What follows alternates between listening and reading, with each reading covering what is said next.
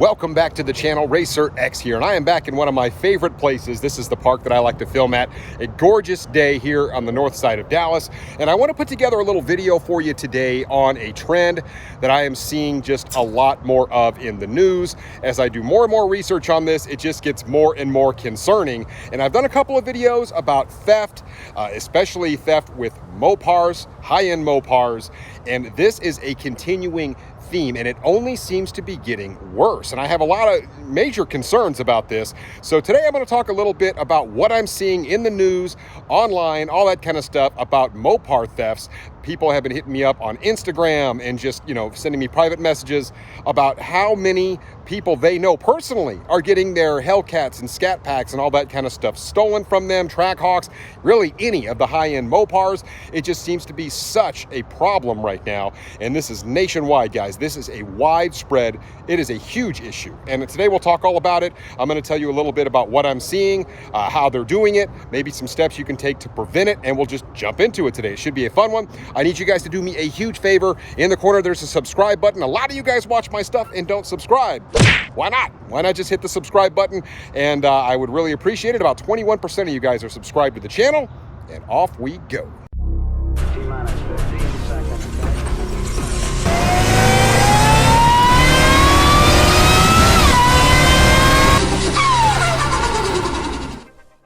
So over the course of just the last, say, 3 weeks, many of you guys have reached out to me to just say, Racer X, my Hellcat was just stolen. My Scatpack was just stolen. My Trackhawk, one person's Demon was just stolen. I actually went through and counted before I did this video. And over the last 3 weeks, I've had more than 24 people, individuals, reach out to me telling me that their Mopar was just stolen.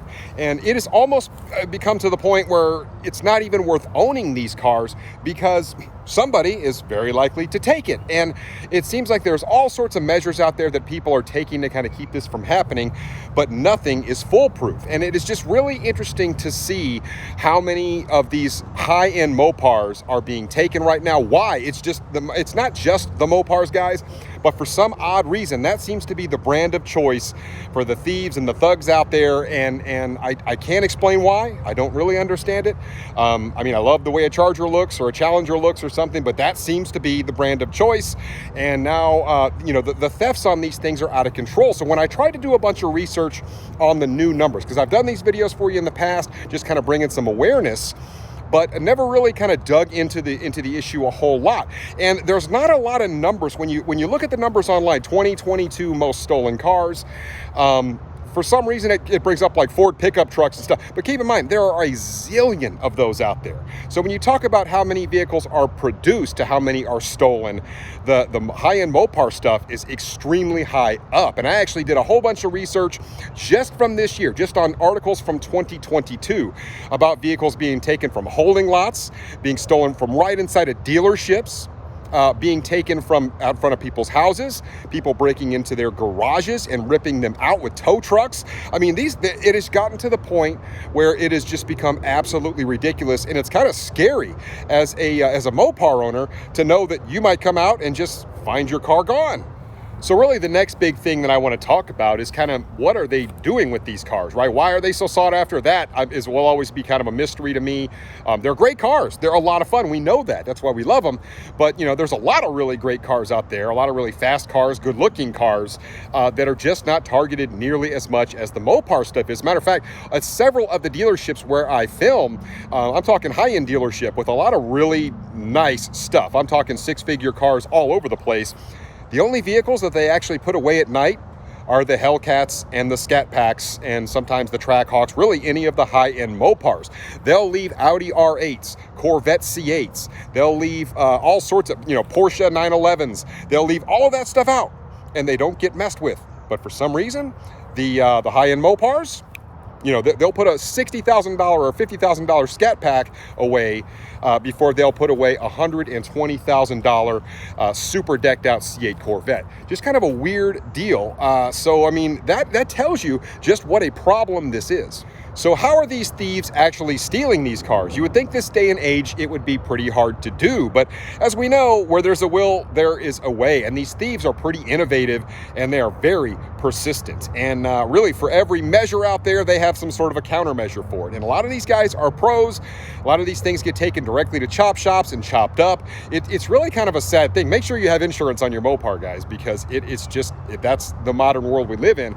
But a lot of times they'll get these programmers and they'll program their own fob. They'll go to the dealership, they'll purchase kind of blank fobs, and they have the ability to actually program fobs. And what they can do is they can actually steal your programming and they can program a fob to where they can actually literally just walk up to your car and unlock it and drive away in it. I have seen this. So I don't know all the little intricate details about how they do it. I'm not a professional thief, but I've seen a lot of stuff on this, and that is one way that they do it. But so here's what happens. So this thing will look for key fobs and things of that nature automatically. So once that happens, you let it do its thing, and you'll get a little dot or a signal saying that it's locked on to something.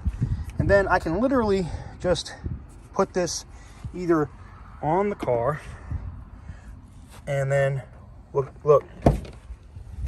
at that. The car is now unlocked.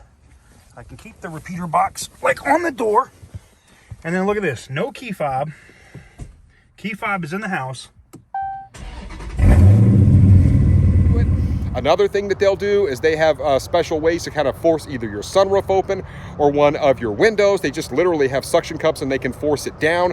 They'll crawl in through the window. I've actually seen where they'll put the car in neutral. So you have a little area right there in your center console that you kind of lift up on both Chargers and Challengers. And inside there, if you pull up on the tab, you can actually put the car in neutral. A lot of times they will literally roll the car out, put it on a flatbed, or they use a tow truck or whatever, and then they will actually they'll actually just take off with the car. So that's another thing that they'll do. Also, they will get in there and they'll actually they'll crank the ignition or the starter. So I mean, there's a million ways they do it, guys. I've seen all sorts of stuff online where they're getting in there and they're figuring out ways to get access to these cars, whether they start them or they don't start them. So a couple of things are really glaring at this point. One is the fact that the supply thing, it continues to be a huge problem. There's just not very many vehicles to go around, especially when you get up into the higher trim levels. They're just getting harder and harder to get. So that issue has only gotten worse.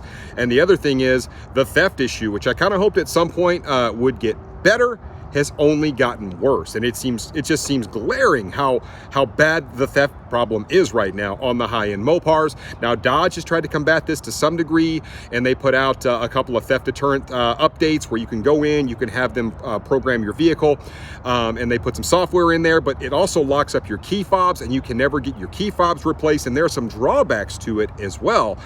So I actually went in and did a little bit of research, like, it's, what do you do, right? I mean, if they're not safe at a holding lot that the manufacturer has, or certainly, during the actual transit process, they're getting stolen from there.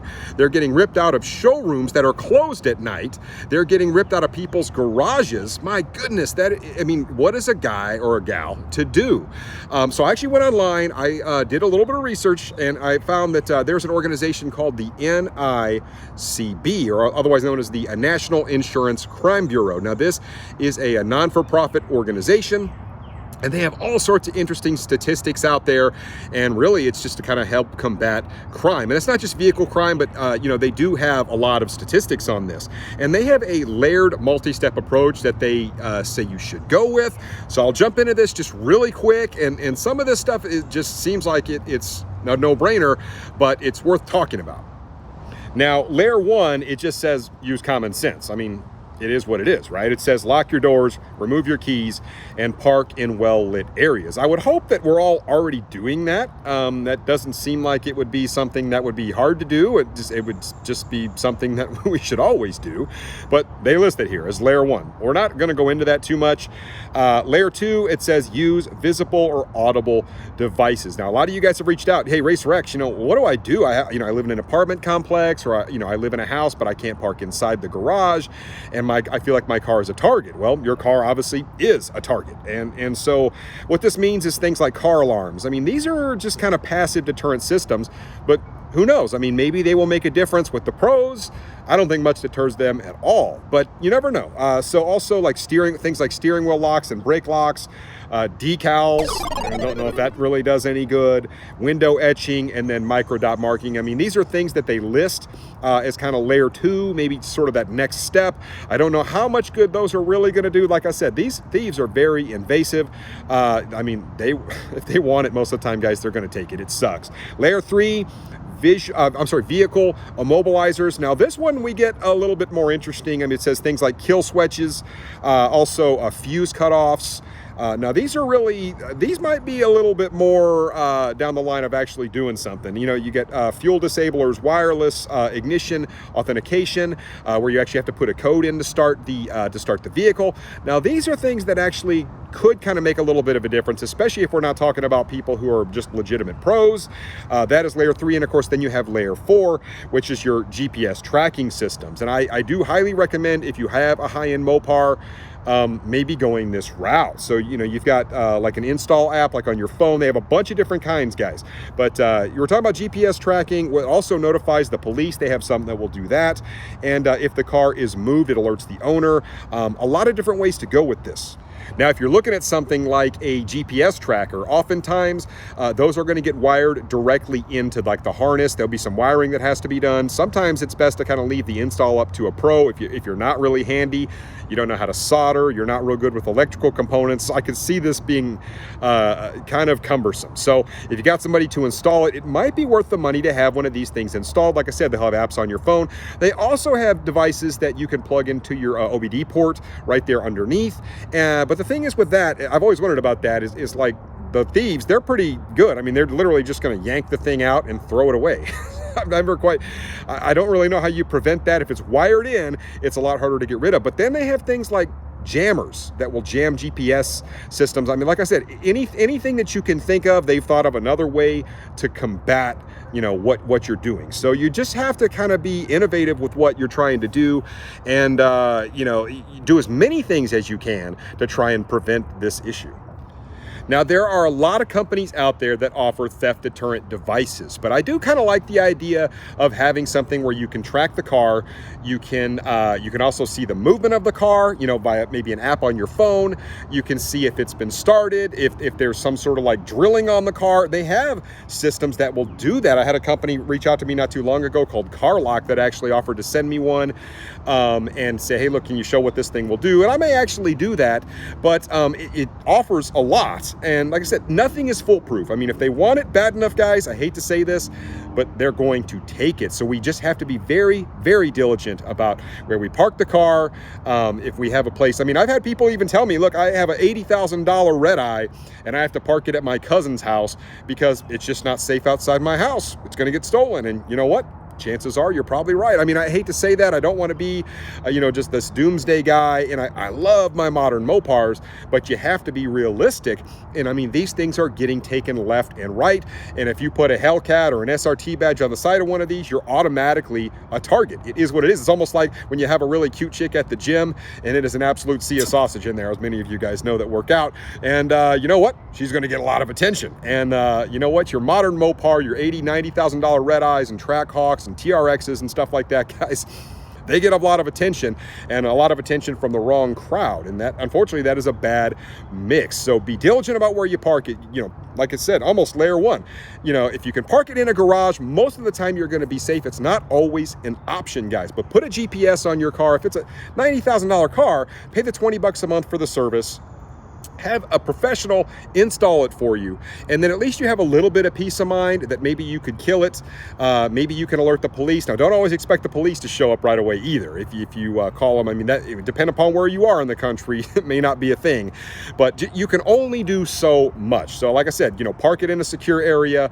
Definitely make sure it's locked. Put a GPS on it, something that will even have a kill switch on it, some sort of monitoring device, and that is about as much as you can do. Otherwise, you just drive yourself crazy, guys. And it's a very frustrating time to be a car person. I've gone into detail on lots of other videos on reasons why, and this is just one more reason that it can be a little bit frustrating to go pay all this money for cars that are just hard to get already, and then just to have some idiot come and take it from you when they don't deserve it is just oh, it's just so maddening. But anyway, guys, let me know what you think. What is the best way to keep your Mopar safe? Just putting some awareness out there, and who knows, man, maybe we can work together. If you have a system that you think is awesome, put it in the comments below. Maybe everybody else can go that route. I want everybody's car to be safe out there, and for you guys to enjoy it. So anyway, guys, let me know, and I will catch you on the next one. So until then, Racer X.